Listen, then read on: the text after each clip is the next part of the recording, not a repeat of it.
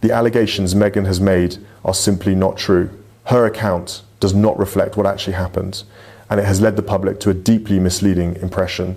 That version of events has no basis in... The silence inside Windsor did not break with a shout. It broke with the sound of a sealed folder landing on a polished table. Prince William had spent days weighing loyalty against duty, brotherhood against the crown.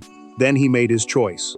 Before senior members of the royal household, the future king exposed Prince Harry's private attempt to secure a formal royal title arrangement for Archie. And with that single revelation, an old family wound became a constitutional confrontation. Before we go deeper into what this really means for the royal family, make sure to subscribe so you don't miss a single update. William summoned the restricted meeting before dawn. No other aides entered. Catherine stood beside him, while King Charles faced the folder with 2 constitutional advisors and the private secretary. A constitutional advisor explains how royal decisions fit within law, precedent, and public duty. Everyone understood why the room had been sealed. One sentence could turn a family dispute into a crisis for the monarchy. The prince had gripped the papers so tightly in the corridor that one corner bent. Catherine touched his arm, but he could not meet her eyes. He knew what exposing the request would cost. Harry was still his brother. Archie was still his nephew. Yet the document carried the Duke's signature and sought a written palace commitment guaranteeing the boy a permanent senior royal title, ceremonial recognition, and protection from future restructuring of royal roles. Charles changed when his younger son's name was spoken. The king lowered his eyes, not because the request surprised him, but because Harry had chosen secrecy over a direct appeal. A senior royal title means an official rank tied to the public identity and duties of the monarchy, not family affection. That distinction mattered. Love could be promised. Institutional power could not be granted privately. William opened the hidden attachment and placed it before his father. The proposed declaration could later be presented as proof that the crown had made an irreversible promise to Archie. The force beneath his words was unmistakable. No child's place in the family, he said, should become leverage against the institution. The boy's dignity had to be protected, but not through a concealed bargain designed to bind a future reign. Charles read 2 paragraphs, removed his glasses, and set them beside the page. Silence followed. The monarch did not defend Harry. Then the private secretary revealed the final blow. The Duke knew William had the papers, and he was demanding an immediate conversation. The request had been exposed before the crown. Now the brothers would face each other over the signature Harry believed could secure his son's future forever. Behind the legal language stood 2 fathers who believed they were protecting their children. Harry saw Archie as a boy born into royal history, but raised beyond its walls, vulnerable to decisions made by relatives who barely knew him. William saw George, Charlotte, Louis, and the monarchy's future resting beneath rules that could not bend whenever private pain demanded it. Neither brother believed himself cruel. That was precisely what made the collision so dangerous. Harry remained beside Archie's empty breakfast chair long after the boy had left the room. The silence brought back every old fear he had tried to bury. A royal title, meaning an official rank recognized by the monarchy, was not merely a word to him. It represented proof that his son still belonged to the family whose history had shaped his life before he was old enough to understand it. Meghan watched him stare at the untouched cup on the table. He told her that Archie could not be allowed to inherit the same uncertainty, rejection, and humiliation that had followed him for years. She understood the pain beneath his promise, but she also saw the danger. The Duchess warned that once William described the request as a threat to the crown, the palace would stop hearing a frightened father and begin hearing a man challenging the future king. William carried a different burden through Windsor. As the direct heir, he was preparing to inherit not only the throne, but the responsibility of shaping a smaller monarchy built around public service. A direct heir is the person next in line to become sovereign. Every permanent title he accepted now could limit the decisions of the next reign and create expectations for generations still too young to speak for themselves. The prince confessed his guilt to Catherine in a private conversation after the meeting. Exposing Harry's papers, he admitted, had felt like betraying his own brother. She did not soften the truth. Hiding them, the princess replied, would have betrayed the duty he was preparing to inherit. William heard the answer, but it did not remove the ache. George crossed the courtyard after a lesson and lifted one hand toward his father. William smiled for a second. Then he looked down at Harry's proposal and understood the trap more clearly. Any promise made for Archie would be judged against George, Charlotte, and Louis. Any refusal would be judged as rejection. Harry believed protection meant securing his son's status before William became king. The future monarch believed protection meant keeping Archie from becoming the center of another royal war. Catherine finally asked the question he had avoided. Why did Harry suddenly believe the boy's place was in immediate danger? The answer reached back to one ceremony months earlier, when a small change in a printed program became the point of no return. The brothers were not moving toward conflict because they cared too little about their children. They were moving toward it because each cared so fiercely that compromise had begun to feel like surrender. The crisis had not begun with the secret papers. It began months earlier beneath the controlled politeness of a royal ceremony, where one altered line in an official program carried more force than a public insult. Harry noticed it immediately. Archie's name had been removed from a future family commemoration list and placed in a separate category reserved for non-working relatives. No announcement followed. No explanation was offered. Yet from that moment, Harry became convinced that his son's royal identity was being quietly rewritten. Harry received the advance program before a fictional Commonwealth family service at St. George's Chapel. A ceremonial program is the official printed order explaining who will attend, where they will sit, and what role each person will hold. Under the heading Royal Participants appeared George, Charlotte, and Louis. Archie and Lilibet stood elsewhere, beneath two colder words, Private Family Guests. The Duke read the page twice. The wording carried no immediate legal power, but he saw something darker inside it. To him, the change looked like a warning that William's future reign would separate his children from the working royal line and reduce them to distant relatives remembered only when convenient. Harry entered a side chamber after the rehearsal and confronted a senior aide. He held the program between them and demanded to know who had changed Archie's designation. The courtier answered through a documented briefing note that the new wording reflected future operational clarity. The phrase was meant to describe simpler public roles. He heard deliberate exclusion. William felt the tension before his brother even reached him. Harry approached moments before the service and pressed the program into his hand.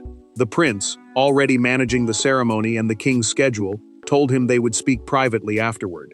He believed delay would prevent a public argument. The Duke heard only dismissal. Days later, Harry received an internal planning memorandum. A memorandum is a private written note used to record policy ideas before any final decision. One sentence warned against creating automatic expectations among non-working descendants. The words struck harder than the program because they seemed to confirm that Archie's future was being discussed without him. Meghan watched Harry place the document on the table. He told her he would secure a written guarantee before William inherited the throne. She saw that his fear had become resolve, and his resolve was becoming a plan. Harry later sat alone in his hotel room, placing Archie's program beside an old photograph of himself and William as boys. He circled, "Private Family Guest" with a black pen. William would eventually learn that the planning note had never been approved. By then, however, an advisor was already drafting language designed to bind the palace morally, if not constitutionally. One altered program had awakened Harry's deepest fear, and now the brothers carried that fear toward a private confrontation, where neither protocol nor childhood memory could protect them. When the secure call finally connected, there were no advisors visible, no statements prepared, and no smiling courtiers to soften the damage. William sat in a closed room at Windsor. Harry stood alone in his California study. For several seconds, neither brother spoke. Then the Duke asked the question that stripped away every constitutional argument. "Why did you expose me before speaking to me?" The future king answered with equal force. "Why did you ask the crown to promise what you would not ask your family openly?"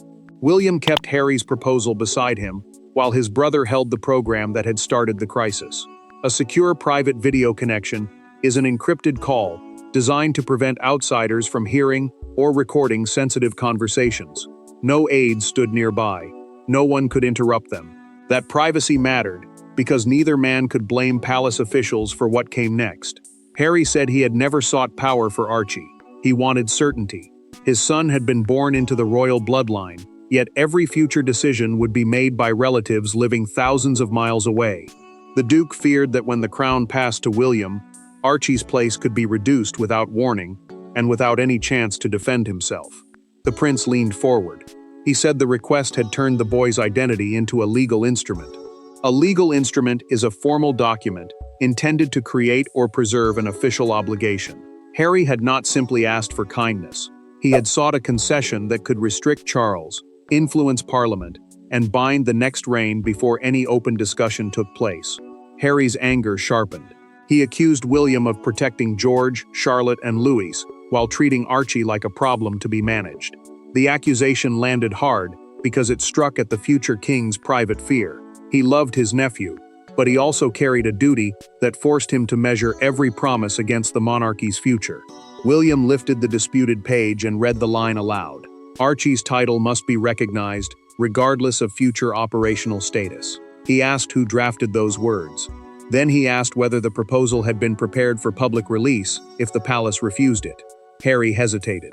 The Duke finally admitted that he wanted a written record proving he had fought for his son. He would not confirm a media plan, but the silence gave William his answer. Public pressure had been considered.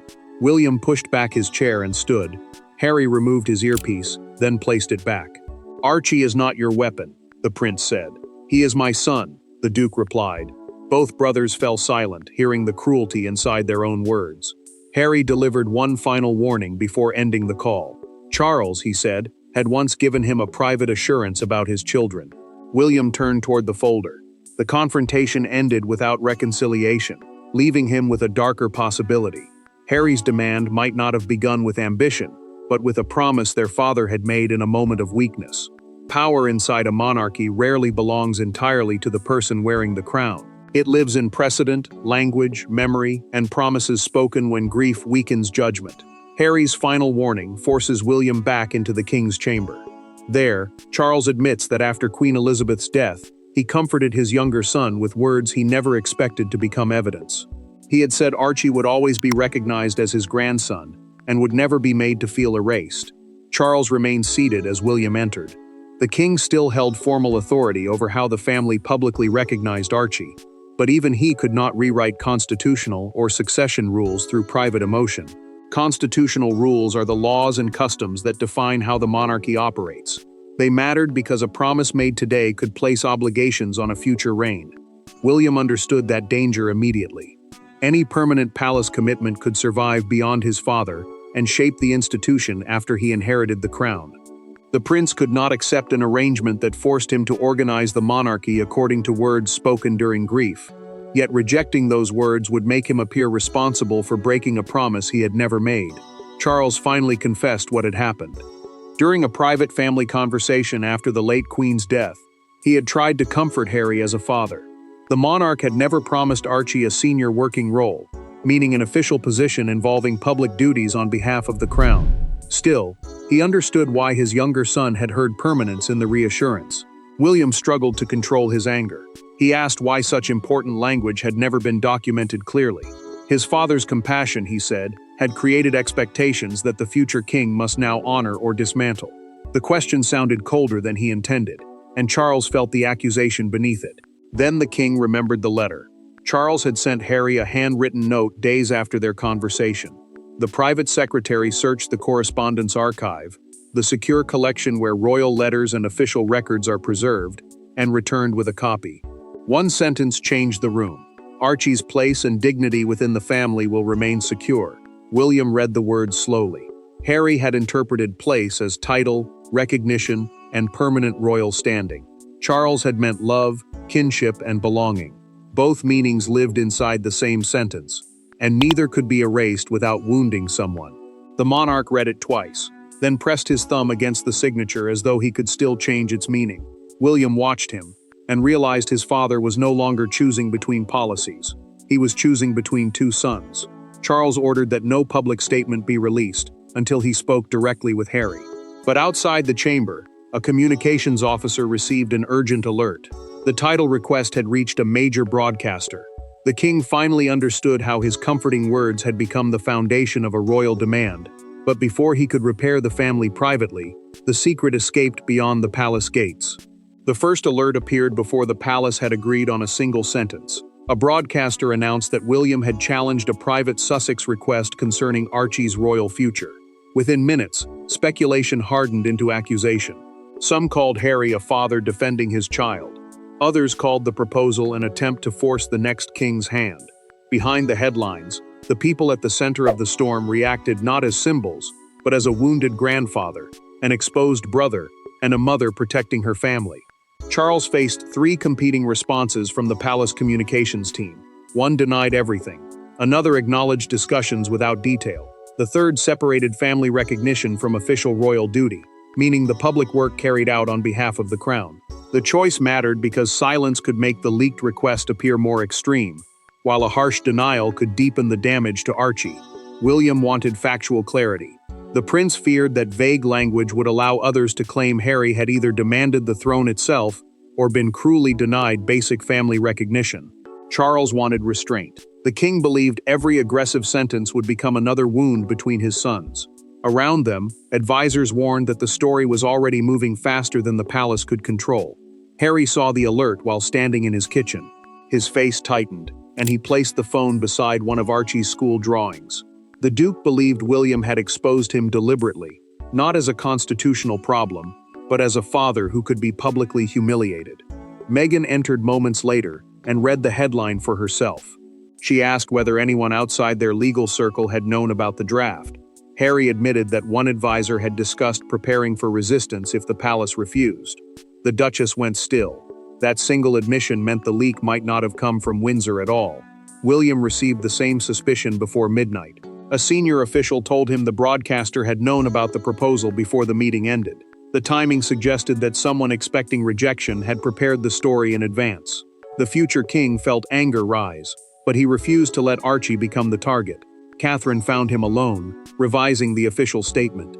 He deleted a sentence calling Harry's request improper and replaced it with not constitutionally deliverable. Constitutionally deliverable means something the monarchy can lawfully and responsibly promise within its established powers. The new wording protected the institution without attacking the child at the center of the dispute. Charles read the draft and still refused approval. The monarch would not let a statement speak before he had spoken directly to Harry. Public pressure had turned the dispute into a national spectacle, but its direction would now be decided in the most private exchange of all, a father asking his son what he truly wanted for Archie. There were no documents on the table when Charles spoke to Harry. No constitutional advisors waited beyond the door. The king called as a father and began with neither accusation nor defense. He asked only one question: do you want Archie to possess a title, or do you want him to know that he belongs? The distinction unsettled the Duke. For months, he had treated those ideas as inseparable. Now he was forced to consider whether his fight for certainty had created the rejection he feared. Charles sat alone in his private study, while Harry took the call behind a closed door in California. Neither man recorded the conversation. That mattered because, for once, there would be no official account to hide behind, and no advisor to reshape their words afterward. A constitutional advisor is someone who explains how royal decisions fit within law and long-established practice. But none stood between father and son now. Harry listened as the king clarified the promise he had made after the late queen's death. Archie's place as his grandson, he said, had never been conditional. Family love, however, could not become an unchangeable guarantee of future royal employment or ceremonial status. Royal employment means carrying out public duties on behalf of the crown. Such responsibilities could not be promised forever by one private conversation. The Duke finally admitted what had driven him. He imagined Archie growing older and asking why George, Charlotte, and Louis belonged to a history that seemed to exclude him. His voice broke as he said he wanted an answer he could give his son, something stronger than affection and harder to erase than memory. Charles did not defend himself. The monarch accepted that his vague reassurance had deepened Harry's expectations. He apologized for offering comfort without explaining the limits of what he could promise.